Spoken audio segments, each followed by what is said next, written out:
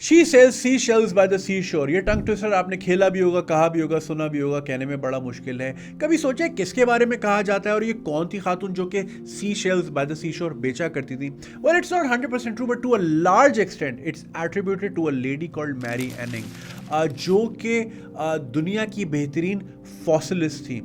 Mary Anning जो थी 1799 में इंग्लैंड के एक शहर लाइम रेजिस में पैदा हुई थी, जो कि एक कोस्टल सिटी है, it's by the sea bed, और उसका सी बेड क्ले का बना हुआ है, तो वहाँ पे काफ़ी फॉसिल्स प्री हिस्टोरिक जानवरों के मिला करते थे। जब वो 11 साल की थी, उनके फादर की ट्यूबरक्लोसिस से डेथ हो गई, और चूंकि वो पुअर फैमिली थी और पढ़ी लिखी नहीं थी, तो उनके पास जरिया माश कोई ख़ास नहीं था, तो वो अपने इलाके में फॉसिल के सैंपल्स या फीसिस के सैंपल कलेक्ट करके साइंटिफिक कम्युनिटी या म्यूजियम्स को बेचा करती थी, और उससे अपना रोजगार था।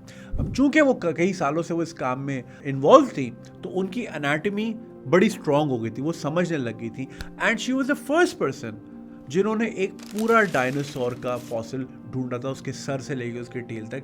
इक्थियोसॉरस, अगर correct me if I am wrong, पूरा उन्होंने फर्स्ट टाइम डिस्कवर किया था। तो पेलियंटोलॉजी में, जियोलॉजी में उनकी बहुत कंट्रीब्यूशन रही। और अगर कभी फॉसिल या फीसिस के सैंपल नहीं मिले और घर का गुजारा करना है, तो चूंकि she used to live by the sea shore, तो वहाँ पे जो सी शेल्स वो कलेक्ट करती थी, वो लोकल लोगों को या टूरिस्ट को या म्यूजियम्स को वो बेच दिया करती थी। हेंस ये कहानी उनके साथ एट्रीब्यूटेड है।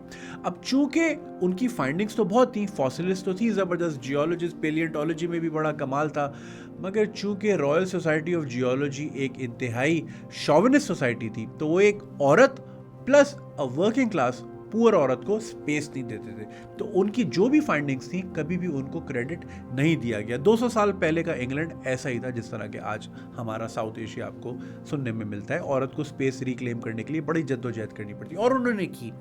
तो उसकी वजह से ना सिर्फ पेलियंटोलॉजी में, ना सिर्फ जियोलॉजी में, बल्कि थ्योरी ऑफ एवोल्यूशन भी बड़ी प्रोपेल कर गई और बड़ी तेजी से उस पर काम हुआ, because a lot of data was collected by Mary Anning alone. और अब उनके नाम से एक कैंपेन चल रही है, मैरी एनिंग रॉक्स, इट्स अ पन, जिसमें कह रहे हैं कि 50 पाउंड का जो नोट है उसमें मैरी एनिंग की तस्वीर लगाई जाए, क्योंकि पाउंड स्टर्लिंग में आपने देखा है न्यूटन की तस्वीर है, डार्विन की, चर्चिल की, दे सेलिब्रेट देयर हीरोज। और चूंकि मैरी एनिंग की बहुत बड़ी कंट्रीब्यूशन है साइंटिफिक डिस्कवरीज में और साइंटिफिक स्टडीज़ में, तो दे वांट कि मैरी एनिंग को राइटफुल क्रेडिट जो उनको 200 साल पहले मिल जाना चाहिए था, उनकी ज़िंदगी में मिलना चाहिए था, एटलीस्ट अब मिल जाए। 1908 में एक गाना बना, सी शेल्स बाय द सी शोर, और ये कहा जाता है कि वो गाना उन्होंने मैरी एनिंग के लिए बनाया था।